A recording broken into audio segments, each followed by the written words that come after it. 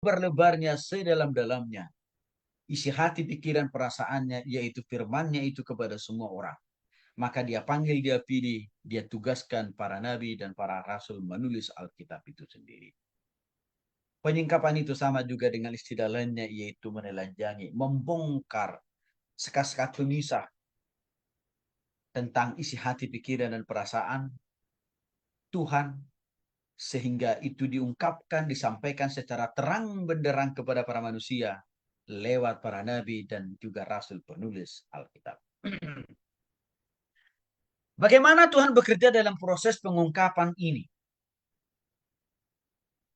Tuhan langsung menyapa umatnya bisa lewat mimpi. Tapi perlu saya batasi dulu. Tidak semua mimpi berasal dari Tuhan. Apalagi kalau yang kita mimpikan itu porno. Apalagi yang kita mimpikan itu istri orang, suami orang, pacar orang. Nah, itu bukan mimpi dari Tuhan, tapi mimpi dari sibolis. Jadi hati-hati dengan mimpi ya. Tidak semua mimpi berasal dari Tuhan. Tapi dalam konteks waktu Tuhan memanggil dan memilih, menugaskan para nabi dan para rasul menuliskan firman-Nya, itu memang lewat mimpi yang jujur. Lewat mimpi yang secara terang benderang Tuhan datang lewat mimpi berbicara kepada mereka. Tuhan juga dalam konteks ini mendatangi para nabi dan para rasul itu memperlihatkan dirinya. Ya, contoh Musa. Tuhan langsung memperlihatkan dirinya kepada Musa. Sekalipun Musa itu tidak boleh terlalu dekat. Mengapa? Karena itu Allah kita itu Allah yang maha super kudus. Sedangkan Musa masih jauh daripada standar kekudusan Tuhan. Dalam hal itu, Tuhan sedang memperlihatkan dirinya kepada Musa untuk meyakinkan Musa menulis kitab Kejadian, Keluaran, Bilangan, dan Ulangan. Dan dalam konteks itu juga Tuhan berbicara langsung kepada Salomo. Kepada Musa dulu yang pertama. Bahkan lewat sejarah perjalanan hidup pribadi, perjalanan hidup semua bangsa dan negara. Contohnya apa? Perjalanan hidup bangsa Israel dari tanah Mesir menuju tanah perjanjian. Di situ juga Tuhan sedang bertindak secara konkret menyampaikan firman-Nya kepada Musa. Lahirlah kitab Keluaran. Di situ juga Tuhan bertindak kepada Yosua dan kepada bangsa Israel. Lahirlah kitab Yosua. Nah, ada banyak contoh di dalam Alkitab. Misalkan kitab Kejadian ditulis dalam bahasa Ibrani dan sebagian kecil dalam bahasa Aram. Tetapi lebih banyak ditulis dalam bahasa Ibrani karena waktu itu orang Israel lebih umum memakai bahasa Ibrani sebagai bahasa nasional, sebagai bahasa negara. Sedangkan pakai bahasa Aram itu dalam konteks sekarang istilahnya itu hanya bahasa daerah atau bahasa suku lah. Sekitar tahun 1400 sebelum Masehi, sebelum perjanjian baru. Tuhan menyingkapkan, menjelaskan bagaimana dia menciptakan bumi, langit, dan segala isinya kepada Musa. Maka disitulah Musa menulis kitab Kejadian pasal 1. Sampai pasal-pasal selanjutnya. Kita ambil contoh. Konsep pentingnya firman. Kitab suci atau Alkitab. Itu ditata dalam Amsal pasal 29 ayat 18. Bila tidak ada wahyu, artinya firman atau Alkitab, dipastikan liarlah rakyat. Artinya apa? Akan hidup semaunya sendiri, seenaknya sendiri. Maka ini menandakan bahwa firman Tuhan itu dibutuhkan dari dulu. Dan sudah teruji Alkitab itu atau firman Tuhan itu mengontrol dan mengendalikan, mengarahkan cara berpikir dan totalitas hidup orang Israel. Yang kedua, proses pengungkapan dalam bahasa Yunani, bahasa asli perjanjian baru kita. Istilah pengungkapan dalam bahasa Yunani memakai istilah yang berbeda, yaitu apokalipsis. Dalam bahasa Inggrisnya apokaliptik. Artinya tidak jauh beda dengan arti pengungkapan dalam bahasa Ibrani di atas tadi, yaitu penyingkapan, pengungkapan. ataupun juga membuka seluas-luasnya, atau Tuhan membuka dalam-dalamnya isi hati, pikiran, dan perasaannya itu, firmannya itu kepada para nabi dan rasul, sehingga tidak ada lagi yang tersembunyi bagi nabi dan rasul dan bagi kita di zaman sekarang ini tentang isi hati, pikiran, perasaan Tuhan dan rencana-rencananya untuk kita, karena kita sudah bisa menikmati itu lewat Alkitab yang ditulis oleh para nabi dan juga para rasul. Dalam proses pengungkapan dalam bahasa Yunani atau Perjanjian Baru ini, wahyu tertinggi dalam Perjanjian Baru adalah pengungkapan diri Allah yang secara terang benderang, secara langsung, tidak perlu kita raba-raba. Karena Allah itu sudah nyata di dalam diri Yesus Kristus. Jadi saudara-saudara, kehadiran Yesus ke dunia ini bukan hanya sekedar mau mempraktekkan secara real dan konkret tentang isi Alkitab PL dan PB.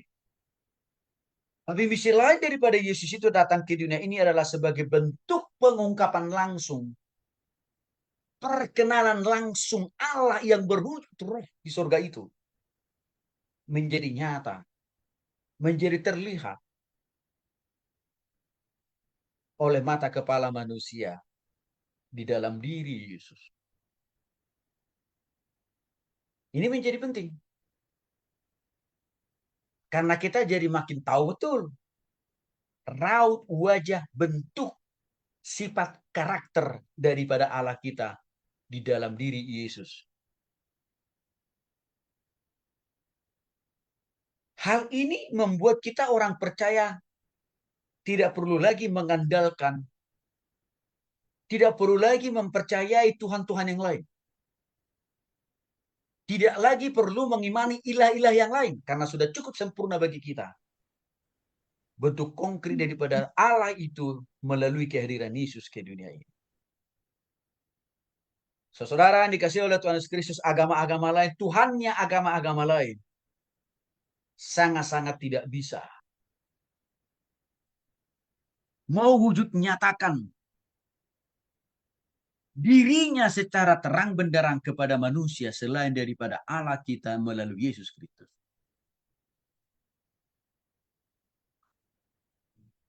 Itulah kelebihannya kita punya Allah, itulah kita punya kelebihan punya firman.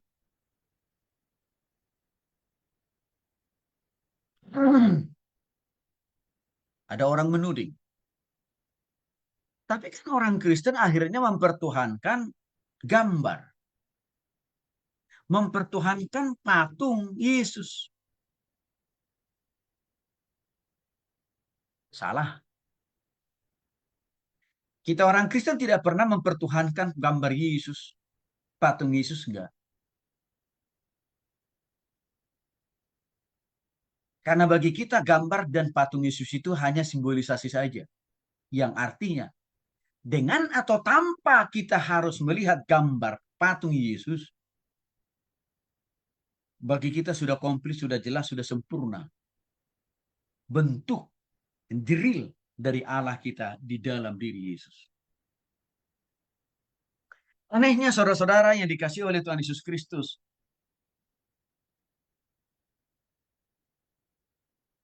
ini sih lebih konyol lagi sebenarnya. Kalau ada agama justru membuat simbol Tuhannya itu batu yang berbentuk kotak. Yang sama sekali tidak ada kemiripan dengan raut wajah manusia apapun di planet ini. Karena bentuknya kotak kan.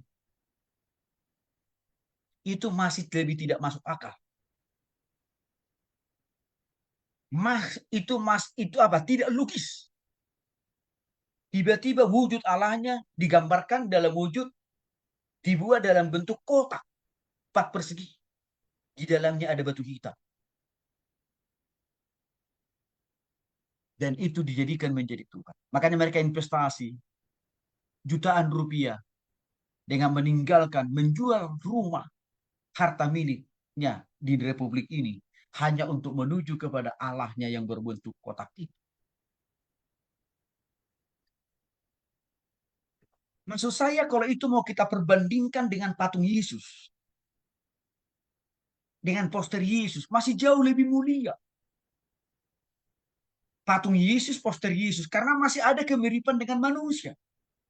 Masih ada hidungnya, masih ada telinganya, masih ada matanya, masih ada rambutnya, masih ada mulutnya, tangan dan kakinya. Tuh yang berwujud kotak, semuanya hitam. Tidak ada setitik pun kemiripannya dengan manusia apapun di dunia ini. Tidak ada setitik pun kemiripannya dengan satu jenis binatang apapun di dunia ini. Gak ada. Karena hanya kotak. Nggak ada binatang yang wajahnya bentuk kotak. Yang mana di dalam kotak itu pula batu pula, benda mati kan. Itu menunjukkan Allahnya nggak hidup. Disinilah kita harus bangga punya Allah yang hidup. Disinilah kita harus bersyukur punya Allah yang memiliki wajah yang bisa kita lihat secara terang benderang. Itulah pentingnya Yesus.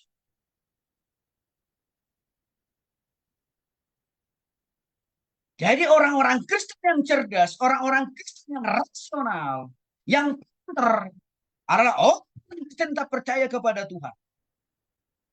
Sedangkan orang-orang yang murtad itu orang-orang terbodoh yang pernah lahir di planet ini. Dulunya dia sudah tahu tentang wajah yang di dalam nama Yesus. Tiba-tiba dia tinggalkan. Itu abnormal namanya. Dan tiba-tiba dia sekarang percaya mempertuhankan batu dan juga kotak. Gimana cerita? Itulah kalau orang belum di dalam Kristus.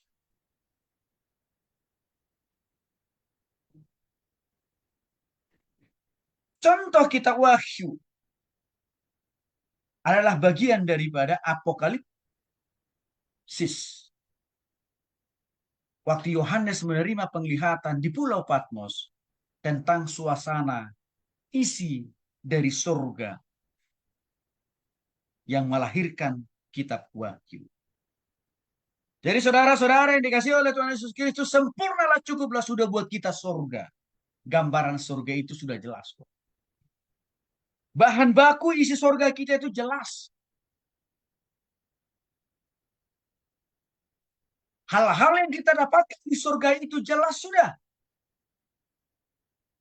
Tidak ada urusan masalah seksualitas di surga kita. Karena sudah dijelaskan dengan akurat, dengan komprehensif oleh penulis kita. Wah, apakah saudara tahu? Kita Wahyu memberikan juga penjelasan yang begitu luas buat kita tentang jalan-jalan yang akan kita injakkan, yang akan kita injak, yang akan kita lalui di surga itu, Bapak Ibu, terbuat dari emas. Bukan dari aspal hitam. Bukan dari bahan coran. Emas. Lebih mahal daripada emas Jawa, apalagi emas Batak. Itu menandakan bahwa segala sesuatu yang bersifat materi yang dikejar dan diburu oleh manusia di dunia ini, di sorga nggak ada nilainya, di sorga tidak ada gunanya. Menggambarkan begitu mulianya, begitu anggungnya, begitu luar biasanya suasana surga kita, Bapak Ibu. Maka jangan cari surga yang lain. Hanya sebatas karena akan dapat punya suami banyak, akan dapat istri banyak.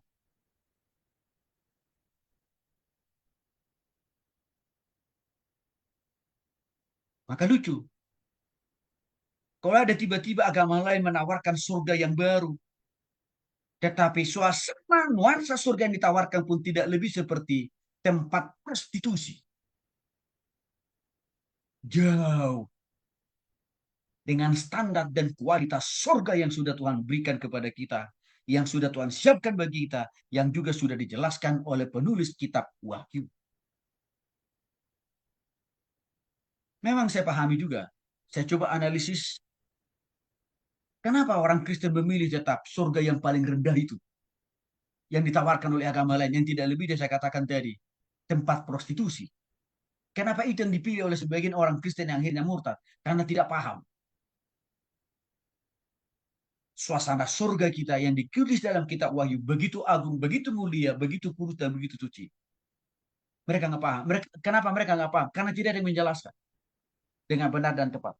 Kenapa tidak ada yang menjelaskan? Karena tidak ada yang mengajari